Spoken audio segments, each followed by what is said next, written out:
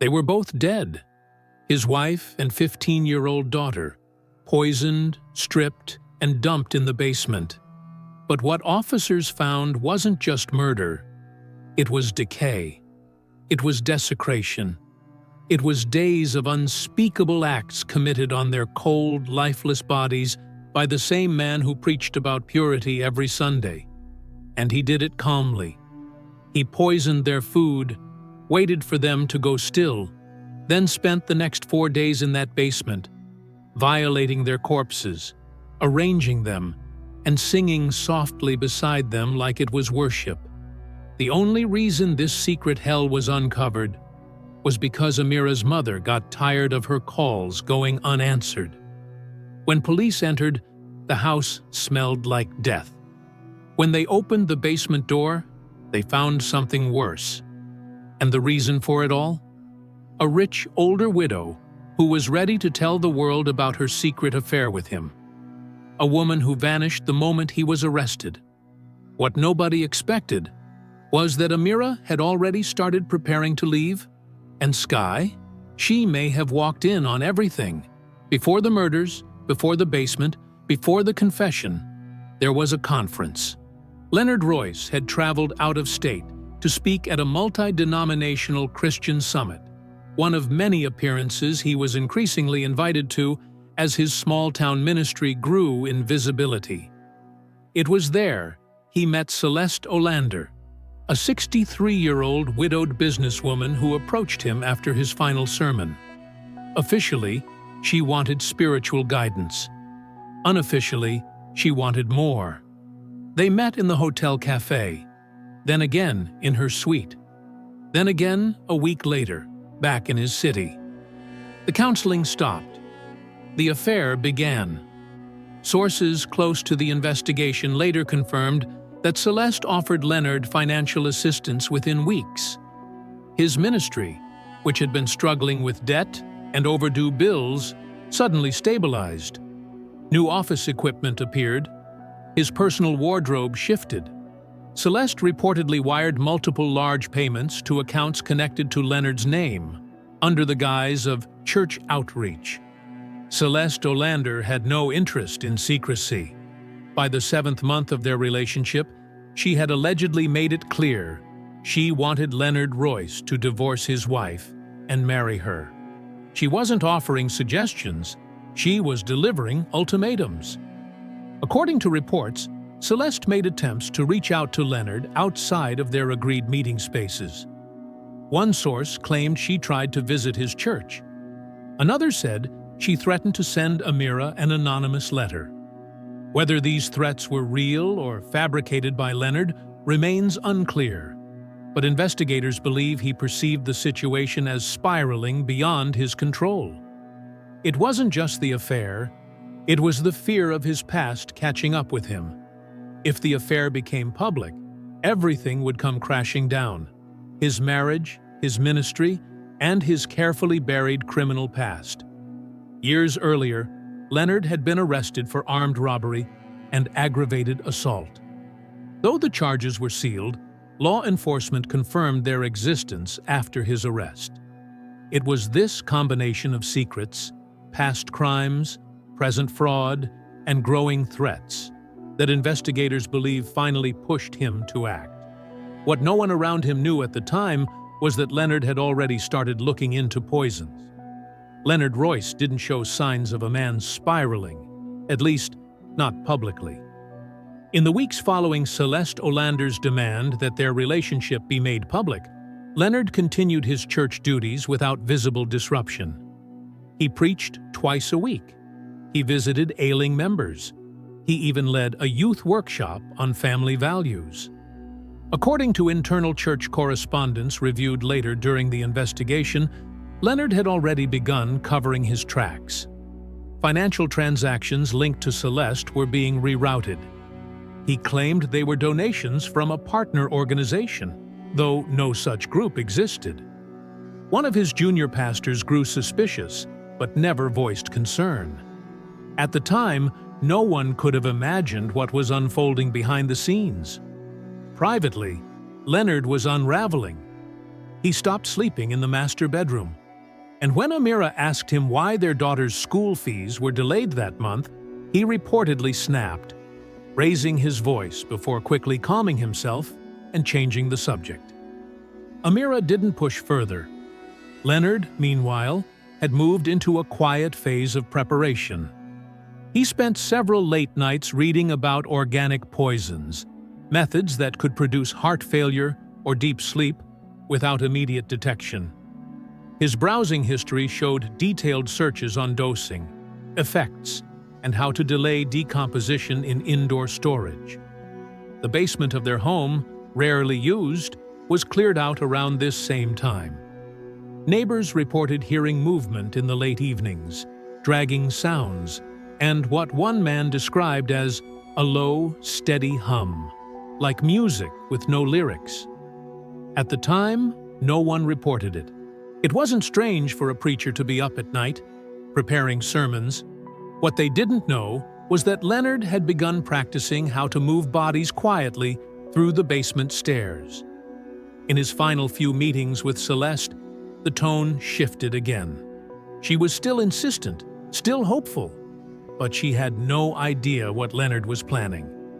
He reportedly told her that he was working on an exit plan and that his daughter was a complication. He promised resolution. Celeste believed him. Investigators would later find that he had set aside a specific dinner night, just 3 days before Amira's scheduled consultation with a lawyer. She had never told him about it. He never found the files on her laptop.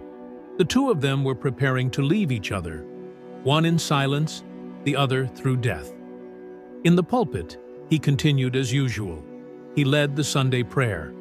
He thanked Celeste from the stage for her generous support to the women's ministry. And by the end of that week, he had finalized the dosage. Panic didn't look like screaming. Panic looked like dinner being planned in advance, like a man wiping his computer hard drive, like a pastor calmly scheduling a sermon for the next Sunday, knowing full well he would deliver it while 2 bodies sat below him, cold and lifeless. No one around Leonard suspected a thing. He had rehearsed every part, except what would happen when the silence became too loud. Amira Royce had always been private, quiet, and steady. For years, she played the role expected of her, a pastor's wife, a mother, and the quiet force that kept the home running. But silence doesn't always mean blindness. And according to what investigators later recovered from her personal devices, Amira had begun preparing to leave long before she ever said a word. It started with money. 3 months before her death, Amira opened a private savings account in her maiden name, Amira Talton. The deposits were small: transfers from her side hustle, refunds from store returns, gift money from relatives. Nothing obvious, but it was steady. By the time of her murder, she had saved enough for a deposit on a small apartment outside the city. Then came the inquiries. Her browser history showed multiple visits to family law websites. She searched for divorce attorneys in nearby counties, far enough not to raise eyebrows. On her laptop, authorities later found a draft email to a lawyer named Janelle Bishop. The message was never sent, but it was clear. Amira had documented concerns about her husband's finances, suspected infidelity, and emotional instability.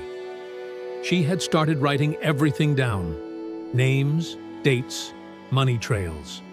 She never told anyone. Not her friends, not her daughter, not her mother. For Amira, it was safer to move quietly. She had seen enough in her marriage to know that confronting Leonard outright might be dangerous. Instead, she gathered evidence. She kept a folder hidden beneath a stack of cookbooks in the kitchen. Inside were bank printouts, screenshots of suspicious messages, and handwritten notes with Celeste Olander's name underlined twice. One journal entry, dated 11 days before her death, read simply, "I don't know who he really is anymore, but I'll leave before I find out the hard way." The plan was simple: secure legal advice, gather documents, and leave quietly once Skye finished her school exams. Amira had even reached out to a distant cousin in another state, asking casually about job openings and rental rates. On the surface, everything looked normal, but in her private world, she was setting herself up for escape. Leonard never saw it coming. In truth, what Leonard feared most, public exposure, scandal, financial ruin, was about to happen anyway. Not because of Celeste's pressure, but because Amira had stopped pretending. And Skye? She was close to her mother. They shared everything, according to those who knew them. It's possible Amira had planned to tell her daughter soon, but she never got the chance. Her phone was last unlocked at 5:37 p.m., hours before she was poisoned. She had sent a text to Skye that evening. "Dinner's early tonight. Don't be late." It would be her final message. Tuesday, 6:12 p.m. Surveillance footage from a nearby grocery store captured Leonard Royce picking up a small bag of groceries, 2 prepackaged salads, a bottle of juice, and a loaf of bread. On the surface, it looked like any normal errand, but what investigators later noted was the absence of meat, fresh produce, or any family-style items. It was a quiet, controlled purchase, just enough to disguise what was already prepared at home. By then, the poison was ready. Records show that Leonard had ordered a chemical compound weeks earlier using an alias. The substance, commonly used for rodent control in certain industrial farming settings, could mimic the symptoms of sudden cardiac arrest in humans when ingested in small doses. It had no distinct smell, no taste. It could be mixed easily into soup, sauces, or even beverages. What happened in that house between 7 p.m. and 9 p.m. remains partially speculative, but based on autopsy timing, forensic analysis, and Leonard's later confession, investigators pieced together a chilling sequence. Dinner was served around 7:20 p.m. Amira and Skye ate together at the kitchen table. Leonard joined them briefly, then excused himself, claiming he had a sermon to revise. He returned to the basement, leaving them alone. Within an hour, Amira began experiencing intense stomach cramps and dizziness. Skye, slower to eat, may have consumed a smaller amount. At 8:51 p.m., Leonard's phone connected to the basement Wi-Fi. This was the last known digital activity before the murders were discovered. He did not call emergency services. He did not alert anyone. According to the coroner, Amira's cause of death was poisoning followed by asphyxiation, possibly the result of Leonard attempting to silence her while she convulsed. Skye's case was slightly different. Her autopsy revealed a much lower dose of the chemical, suggesting she may have only tasted the meal before leaving it. What happened next is where the horror escalates. Evidence points to a physical altercation between Leonard and Skye. There were bruises on her forearms and a skull fracture inconsistent with falling. One of the basement steps had traces of blood and hair, suggesting she was dragged down. Detectives believe Skye either witnessed the aftermath of her mother's collapse or found her body shortly after. It's unclear whether she understood what had happened. What is clear is that Leonard subdued her by force, and that her cause of death was blunt force trauma to the head. Once both bodies were in the basement, Leonard wrapped them in bed sheets and plastic. He placed Amira and Skye side by side in a narrow area beneath the staircase. He then placed cinder blocks and crates around the area, possibly in an effort to delay detection or mask the scent. For the next 4 days, Leonard continued living in the house. He cooked, preached, responded to text messages, and went about his duties like nothing had happened. He declined all in-person visitors. He kept the curtains drawn. A neighbor later reported hearing music from the basement during the early morning hours, described as soft humming or gospel melodies being sung in a low, steady voice. By day 4, the house began to smell. He sprayed heavy amounts of air freshener and bleach around the basement door. He told members of his congregation that Amira and Sky had left on a spontaneous trip. He claimed they needed time to clear their heads. Celeste Olander, the older widow he had been seeing, texted him multiple times during this period. Her messages were recovered from his phone after his arrest. In one of them, she wrote, "Have you taken care of it?" It's unclear whether she was referring to the wife, the child, or the situation as a whole. Leonard did not respond to her until nearly a full day later with a single word: handled. But what investigators found later in the confession room was even more disturbing. The final trigger wasn't guilt, it wasn't remorse, it was Rosalind Talton, and she was about to call the police. Rosalind Talton, Amira's mother, had called 3 times and received 3 different answers. First, Leonard claimed the women were visiting a cousin. Then he said they'd gone on a retreat. The final excuse was that they were resting and requested no interruptions. Rosalind had known Amira her entire life. That didn't sound like her, so she stopped calling. She called 911 instead. What happened next would expose every hidden room, every lie, and the full, horrifying extent of what Leonard had become. When officers arrived at the Royce residence, they weren't expecting what they found. The welfare check was standard procedure. A concerned family member had reported that 2 individuals, Amira and her daughter Sky, had not been seen or heard from in nearly 5 days. The man who answered the door, Leonard Royce, appeared calm. He claimed they were away on a spiritual retreat and declined further comment. But something was off. An officer stationed at the entrance noted an overwhelming odor inside the house, a thick, sweet, rotting scent masked poorly by synthetic air fresheners. The basement door was visibly blocked with stacked crates. When asked to allow entry, Leonard deflected.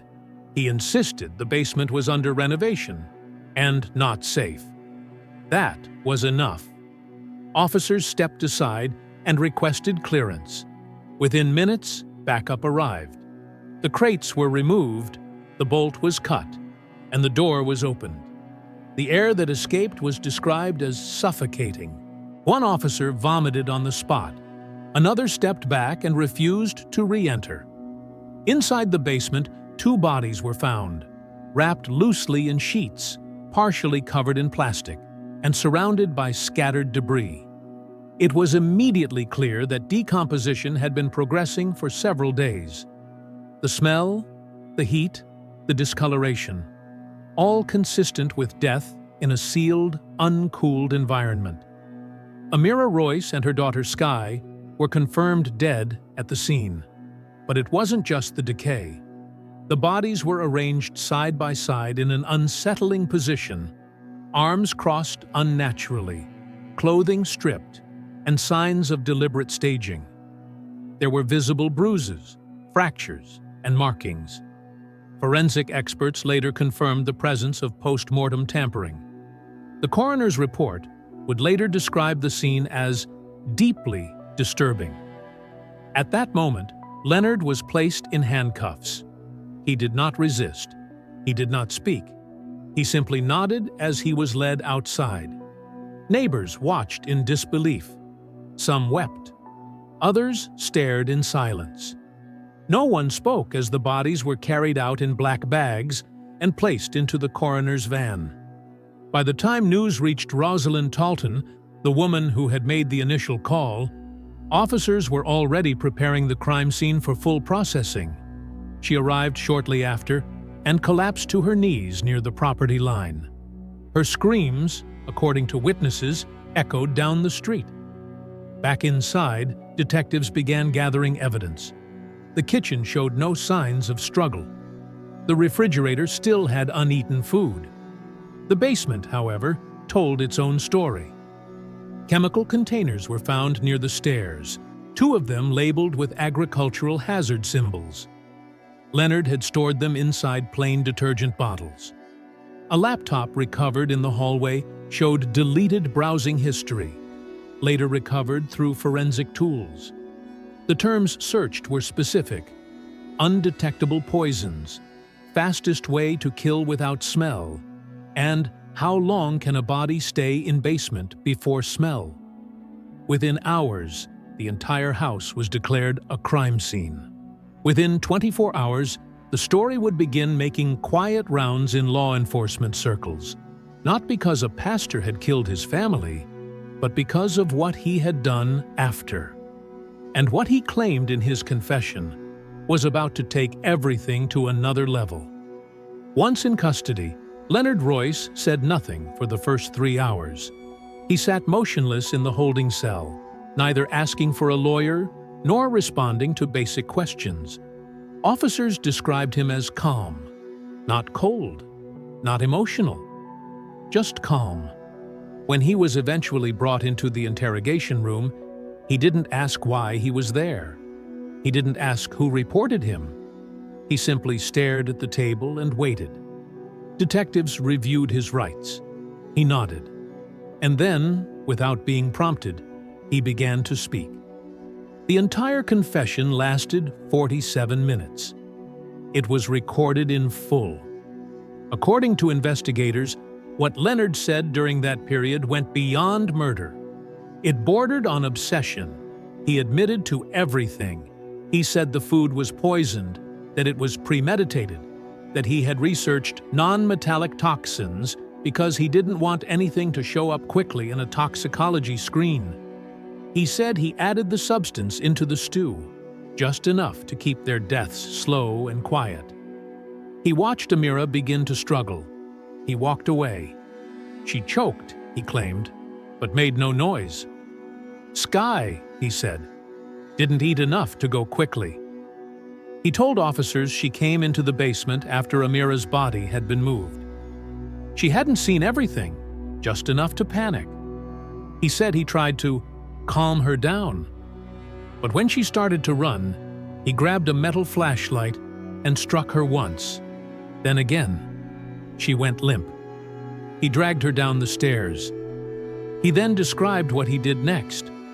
Without hesitation or visible shame, Leonard admitted that he visited the basement multiple times over the next 4 days. He described talking to them, keeping them clean, and penetrating both bodies with his manhood for 2 hours daily. Forensics later confirmed what his confession suggested. Acts of post-mortem violation had occurred. But the level of detail Leonard provided left officers visibly disturbed. He claimed he was not driven by hatred. He used words like purification, obedience, and sacrifice. When asked what he was trying to accomplish, he said only, "I needed the noise gone. I needed the threat removed." He told detectives that Celeste Olander had pushed things too far, that she had begun mentioning his wife by name, that she was planning to show up at the house. According to him, he believed Celeste was the type of person who wouldn't stop unless someone else did first. He never accused her directly of involvement, but he made it clear she was the trigger. Then he turned to Amira. Leonard said he suspected she was preparing to leave. He claimed he had seen changes in her behavior, that she had been hiding things, withdrawing. But when asked if he found the files she had saved or the appointment with the divorce attorney, he said no. He killed her based on suspicion. He also admitted that Sky wasn't part of the original plan. He had intended to send her away that weekend. When she didn't leave, he said, there was no other choice. The final part of his confession was delivered without emotion. He said, "I didn't feel guilt, just relief, until the smell got worse." Detectives later noted that Leonard's tone never shifted throughout the entire statement. No visible remorse, no defensiveness. He accepted the reality of what he had done. but never once described it as wrong. By the end of the confession, one investigator stepped out of the room in silence. Another reportedly whispered, "This is a different kind of evil." The video was sealed and submitted to the court. No portion of it was ever made public. But its contents were clear enough. Leonard Royce didn't just kill his family. He did it slowly, deliberately, and convinced himself it was necessary. The moment Leonard Royce's arrest was processed, one person disappeared: Celeste Olander. By the time police secured a search warrant for her home, the property had already been emptied. Her phone had been disconnected. Her car was gone. Surveillance footage from a private neighborhood exit showed her vehicle leaving at 4:18 a.m. the morning after Leonard's arrest, before any public news coverage had even circulated. What triggered her sudden disappearance remains unclear. What investigators do know is that Celeste was last seen checking in for an international flight at a private terminal near Atlanta. The destination listed was Accra, Ghana, but the name used on the travel manifest did not match her legal documentation. It was a similar alias to one previously tied to a foreign property she owned through an offshore account. Authorities believe she boarded that flight. Where she went next is unknown. In the days following her disappearance, financial investigators discovered she had quietly liquidated multiple accounts. Over $200,000 was moved through layered transfers across shell entities before being withdrawn in cash. Property records show that she had placed one of her U.S. homes under a trust in another name just weeks earlier. There was no message, no contact with authorities, only silence. As news of Leonard's confession began to surface, interest in Celeste's role intensified. Though Leonard never directly implicated her in planning the murders, many believed her pressure and emotional leverage had played a significant role. In court filings, prosecutors made it clear, while she had not committed the crime, her relationship with Leonard was at the center of his unraveling. But what most disturbing was what came next. During the investigation, a former church administrator in North Carolina contacted authorities after recognizing Celeste's photo in a news segment. According to the administrator, Celeste had once been romantically involved with their lead pastor, a man who abruptly resigned in 2012 after internal allegations of misconduct and financial fraud. The scandal had been hushed. No charges were filed. But the administrator claimed Celeste had been a recurring figure at the church for months leading up to the resignation. She had been seen meeting privately with the pastor on multiple occasions. After his resignation, she vanished. It was a nearly identical pattern. Church leaders at the time never spoke publicly about the incident. But internal records from that church, subpoenaed during Leonard's investigation, confirmed Celeste's financial involvement. She had made 5 separate donations, each listed under different business entities. The final one was marked as a private pastoral retreat fund. This revelation reframed how many viewed Leonard's case. Was Celeste simply a wealthy woman in love with a troubled man? Or was she someone who consistently attached herself to men in spiritual power, only to disappear when the consequences came crashing down? Legally, no charges have been brought against her. Without direct communication, her whereabouts remain officially undetermined. The international branch of the investigation remains open, but no new leads have emerged. Her properties in the U.S. are empty. Her accounts are closed. Her phone numbers reroute to digital forwarding services. Even former acquaintances say they haven't heard from her since Leonard's arrest. In a final interview with one of the detectives on the case, a reporter asked if Celeste would ever be found. The detective responded simply, "She was gone before we knew we should have been looking." To this day, her role remains one of the darkest mysteries surrounding the case. Not because she pulled the trigger, but because she may have lit the match, and then vanished into smoke. Leonard Royce's trial began 6 months after his arrest. The evidence presented was overwhelming. Forensic reports confirmed the presence of industrial-grade poison in Amamira and Sky's systems. Post-mortem analysis validated the disturbing details Leonard had already confessed. Digital records outlined his planning step by step. And the handwritten note, "No one has to know if no one is left," was matched conclusively to his own handwriting. There was no jury debate, no complicated legal battle, no plausible defense. Leonard's legal team entered a guilty plea on all charges. 2 counts of first-degree murder, abuse of a corpse, obstruction, and unlawful disposal of human remains. He was sentenced to life in prison without the possibility of parole. But it was the sentencing hearing that carried the most emotional weight. Rosalind Talton, Amira's mother, addressed the court in a brief but devastating statement. She spoke of her daughter's quiet resilience, her granddaughter's smile, and the final unanswered messages that still sat on her phone. Her voice cracked only once when she mentioned Sky's school dance that had been scheduled for the same weekend she was killed. She ended with, "I don't want to hear the word pastor again." That was a mask. My daughter and granddaughter died at the hands of a man who wore a mask, and I hope that mask never fools another soul again. After the sentencing, Leonard was taken directly into custody.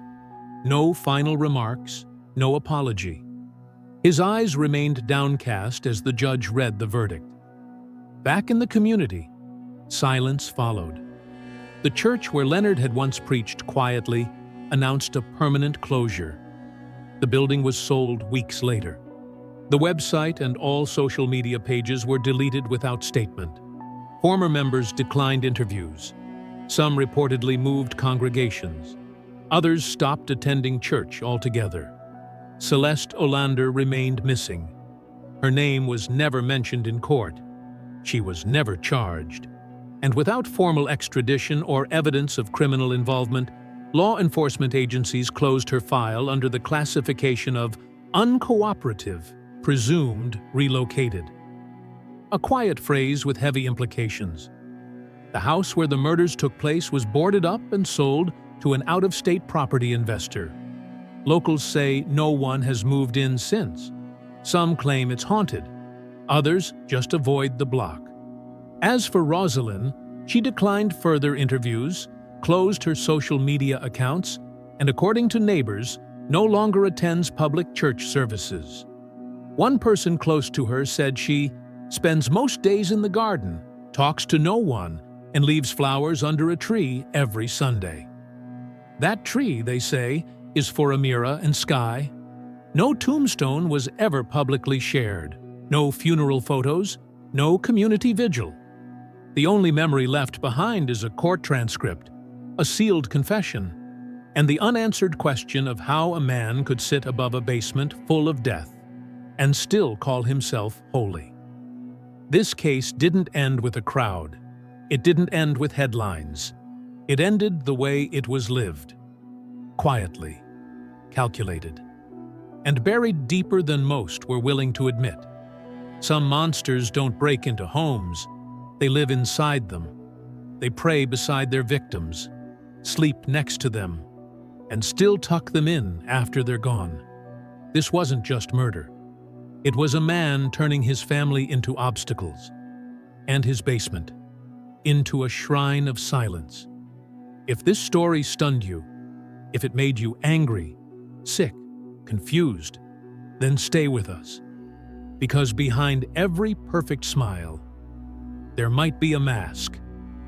And on this channel, we rip them off. Subscribe to True Crime Corner, where every truth eventually surfaces, no matter how deep it was buried.